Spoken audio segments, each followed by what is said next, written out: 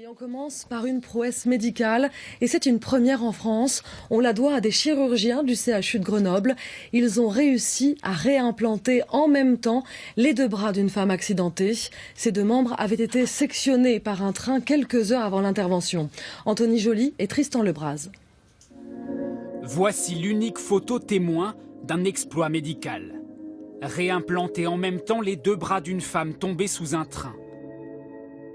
Une prouesse réalisée par ces trois chirurgiens de Grenoble, seulement 2 heures après l'accident. Le fait que la patiente a pu être admise au bloc très rapidement, en moins de 2 heures, et être opérée très rapidement, ça a permis que tout se passe bien. Une opération possible grâce au réflexe des pompiers.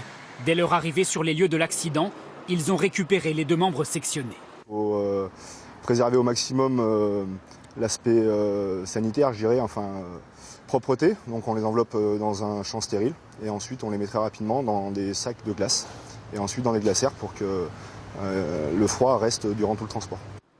Commence alors une course contre la montre au CHU de Grenoble. Une dizaine de personnes réparties en 2 équipes travaillent à recoudre les nerfs, les muscles, les tendons un à un. 4 heures plus tard, l'opération est réussie. La réimplantation, une intervention délicate, pratiquée depuis plus de 50 ans. En 1962, ce jeune Américain est le premier à être réimplanté. Depuis, la technique s'est développée partout dans le monde, notamment en France. Quel espoir pour ces patients réimplantés. 10 jours après son opération, la femme de 30 ans opérée à Grenoble est toujours hospitalisée. Elle ne retrouvera jamais un usage normal, ça c'est très clair. Par contre, elle va commencer à peut-être bouger les doigts au bout de 6 mois, parce que c'est à peu près le temps qu'il faut pour que les premiers muscles au niveau de l'avant-bras commencent à fonctionner. Mais avant d'avoir de la force, il va falloir facilement au moins 18 mois, voire 2 ans. Une longue rééducation commence, comme pour cet ouvrier.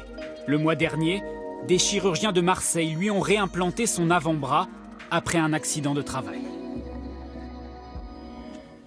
Et avec nous, le professeur Régis Legré, chef de service de la chirurgie de la main à l'hôpital de la Timone à Marseille.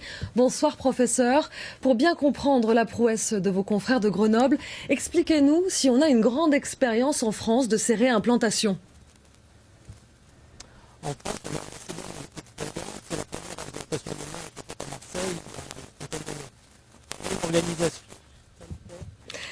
On vous entend assez mal, professeur. Est-ce que tous les membres sont réimplantables? Est-ce que vous m'entendez? Je vous prie de bien vouloir nous excuser pour ce souci technique. Et merci à vous, professeur Régis Legré.